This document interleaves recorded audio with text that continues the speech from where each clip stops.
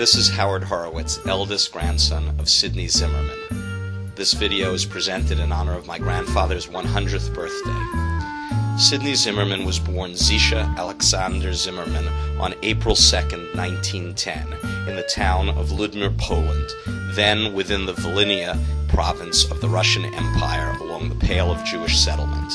Today, Ludmir is part of the Ukraine, about 6 hours by car from Kiev and just under 3 hours from Lemberg. Others also born in 1910 include such diverse figures as Mother Teresa, Lawrence Rockefeller, big band leader Artie Shaw, former New York City Mayor Robert Wagner, explorer Jacques Cousteau, and Guys and Dolls composer Frank Loesser. My grandfather had 3 brothers, one who left earlier for São Paulo, Brazil, one who later got to Moscow and became a well-known singer in the Bolshoi Opera under the stage name Alexander Berlatsky, and one who remained in Ludmir. To put the period in perspective, Yale man William Howard Taft was president, followed by Woodrow Wilson in 1912. George V had just succeeded his father Edward VII as King of England.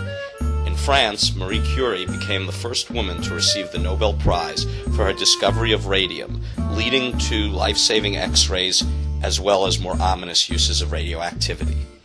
1 year later, the Titanic sailed and sank.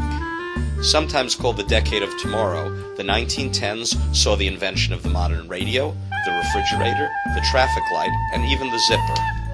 In 1910, the Wright brothers flew their first air freight shipment from Columbus to Dayton, Ohio, and the Earth passed through the tail of the Halley Comet. In the U.S., the tango was all the rage, and going to the movies was a popular new experience. Stylish women wore large feathered hats and carried parasols as an essential accessory. Many men wore bowler hats. At the same time, Sidney Zimmerman was born into a very different world. His was the world that Yiddish writer Sholem Aleichem came from. In 1907, Chagall was studying art in St. Petersburg, where Tchaikovsky's Nutcracker had premiered only 15 years earlier. The notorious Protocols of the Elders of Zion was first published the previous decade.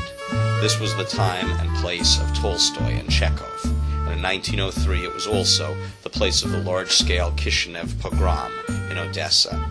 As we will now see, it was the world captured in the photographs of Roman Vishniak, Alter Kazin, and Simon Ansky. In his introduction to Vishniak's photo collection entitled Polish Jews, Abraham Joshua Heschel, a sometime critic of Orthodoxy, could not help but marvel at the magnificence of the shtetl. Writes Heschel, Koretz, Karlin, Bretzlov, Lubavitch, Ger, Lublin, hundreds of little towns were like holy books. Each place was a pattern, an aspect, a way in Jewishness. When a Jew mentioned the name of a town, it was as though he mentioned a divine mystery. Holiness had become so real and so concrete that it was perceptible like beauty. The little Jewish communities in Eastern Europe were like sacred texts opened before the eyes of God. In the humble wooden synagogues, looking as if they were deliberately closing themselves off from the world, the Jews purified the souls that God had given them and perfected the likeness of God. There arose in them a Torah of the heart. Even plain men were like artists who knew how to fill the weekday hours with mystic beauty. And yet the interesting thing about Ludmir is that it was part shtetl and part city. In Nathaniel Deutsch's biography, The Maiden of Ludmir, Deutsch describes Sidney Zimmerman's Ludmir as follows. In the years following World War I, the town of Ludmir experienced tremendous cultural and economic changes. Gone were the Russian officials who had governed Ludmir since the end of the 18th century. In their place arrived representatives from the newly independent Polish state to which Ludmir now belonged. On Farna Street, the town's main commercial strip, Jewish merchants began to sell furniture, fine china, and other luxury goods from Western Europe. Pan Ludochowski, the Polish nobleman who owned an estate beyond Schulman's flour mill on the road to Lutsk, even purchased a shiny new car to go along with his beautiful horse-drawn carriage. Looking at the photographs from this period, one is struck by the prosperity of many of the residents, evident in the stylish European dress of its young people. As several former residents emphasize, Ludmir was definitely not the shtetl in Fiddler on the Roof. The town's economic transformation was mirrored by a flowering of cultural and political activities. Touring Yiddish theater groups from Warsaw, Vilna, and other major cities performed in Ludmir. In 1924, branches of Poel Zion, the Jewish Socialist Workers' Party, and Hashomer HaTzair, the Zionist youth group, were established. Ludmir between the wars had 1 foot in the 20th century and 1 foot in the 18th century. Nowhere was this observation more apparent than in Kil Chizne, Ludmir's poorest neighborhood. During the first few decades of the 20th century, Ludmir was still home to many shtibelach, or small prayer houses, Hasidic groups such as Kotsk, Zlatopol, Chernobyl, Karlin Stolen, Lubavitch, Radson, Trisk, Bel, Setvin, and Vladovka. Each had their own shtibel in Ludmir, as did different groups of artisans, including the town's tailors, metal workers, and cobblers, whose prayer houses were located in the alcoves of the Groiser Shul, the Great Shul. By the 1920s, these shtibelach, long bastions of traditional Judaism, had become hothouses for the political debates occurring in Ludmir. Everyone got along except during community elections, when fights would break out among the supporters of the 15 different parties, and people's beards would get pulled. And so we see the people and the streets of Ludmir in the photos from the book called Pinkas Kehilas Ludmir, one of the many Yizkor, or memorial books, remarkably written by survivors of almost every one of these Jewish towns and cities, so that their world would be preserved. We see Farna Street, Main Street Ludmir, filled with Jewish stores. We see rabbis and students, school photos, the water tower and the water pump near the shul. We see the bathhouse being built with funds from the American Joint Distribution Committee. And yet Ludmir was not Fiddler on the Roof, as this photo of 2 Jewish girls stepping out in Ludmir clearly shows. We see the Yiddish publications. And we can also see the shuls and people from neighboring towns like Kovel, Keretnitsia, and Lubmol. Sidney's wife, my grandmother, Ann Oakes, came from one such town called Lukach. In 1937, Anne returned to Poland to marry my grandfather and bring him to America. Here are the passports from that trip. My grandfather's making him 3 years younger and mistakenly listing his mother's town as his place of birth. Sidney Zimmerman arrived in America in 1938, luckily and not a moment too soon, as Hitler invaded Poland the very next year. In America, my grandfather began to build a new life, a new home, and a family of his own. Times were tough, money was short, but luck seemed to follow him. Here we see him in Brooklyn in the 1940s and 50s, first in Williamsburg, later in Flatbush. First with my grandmother, and then with his daughters, my mother Marta and my Aunt Michelle.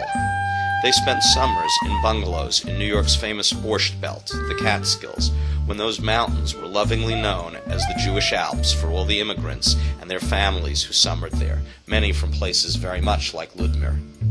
America was good to my grandfather. He worked long hours at a variety of jobs to afford the spacious 3-bedroom apartment I still remember on Ocean Avenue, and to give his daughters, who both became teachers, Hebrew lessons and even piano lessons and whatever other extras he could. My grandfather has always been proud of his service as an air warden in the civil service during the war, organizing lights out and other protective measures in his neighborhood. My grandmother, having suffered from polio, had no use of one arm or one leg, but was no less active in running the household, stretching a dollar, and remarkably braiding my mother's hair and teaching my aunt to tie her shoes with only one hand. As time passed, new simchas and new generations arrived. My parents' wedding in 1964, my aunt's wedding, my bar mitzvah in 1980, my high school graduation, my brother Stephen's bar mitzvah, and those of my cousins, Carrie, Grant, and Taylor. Taylor's bar mitzvah was in Las Vegas, and I recall holding the Torah at the open-air ceremony there. My brother's wedding in 2001. Here we see my Aunt Michelle, Carrie, Grant, and Taylor at Stephen's wedding. My own wedding in 2006. And the arrival of the first great-grandchildren, the adorable Melissa and Eliza Horowitz, with many more still to come. In later years, my grandmother, always the doer, never feeling sorry for herself, ventured down to Delray Beach, Florida, when most of that area was open land. Coming from Ludmir, Lukács, or even Brooklyn, it must have seemed like a trip to the moon. Nonetheless, she and my grandfather bought a home in Kings Point condominiums to retire to. I recall my grandfather joking that it was like being a Rockefeller, because at that point he had 3 homes, one in Brooklyn, a summer place in the Catskills, and now a place in Florida, all from Ludmir, where horse and buggies had predominated. Like his father and brother, who was a cantor, later an opera singer, my grandfather always worked in synagogues, in Brooklyn, in the Catskills, and of course in Florida. Perhaps my grandfather's single greatest community achievement was helping to found what is today the largest Orthodox synagogue in Delray Beach, Congregation Anshe Emunah, People of Faith. To do so, my grandfather gave recycling a new meaning. For 10 years, he collected old newspapers from across the condominium complex, for which the sanitation service paid a few dollars. With these pennies, nickels, and dollars, over a decade, my grandfather saved up the money for the down payment to buy the land on which the synagogue is built. So it can truly be said that my grandfather almost single-handedly recycled old newspapers into a major synagogue. Talk about people of faith. About a year and a half ago, having lived independently in Florida into his late 90s, my grandfather took a place in the Boulevard Assisted Living Home in Kew Gardens, Queens. While only there a short time, he quickly has become a very popular resident of the home. It is moving to see the party his new neighbors had for him, and indeed, only weeks ago, even the President of the United States weighed in, sending this letter congratulating my grandfather on becoming a centenarian. Shalom Aleichem wrote with warmth and admiration of people in the shtetls who faced so many hardships without ever seeming to think much of it. They took life one day at a time, as Aleichem's most famous character, Tevi the Milkman, did in Fiddler on the Roof. Though Shalom Aleichem lived decades before my grandfather, I think he was indeed writing about him and about my grandmother. And perhaps the great storyteller himself would have appreciated a story about my grandfather recently told to me by a Lubavitch rabbi my grandfather is friendly with. This rabbi told me that a few months ago, just before turning 100, my grandfather asked him to purchase a brand new set of tefillin. Innocently asking what the 100-year-old man wanted the new tefillin for, my grandfather simply replied, "To use."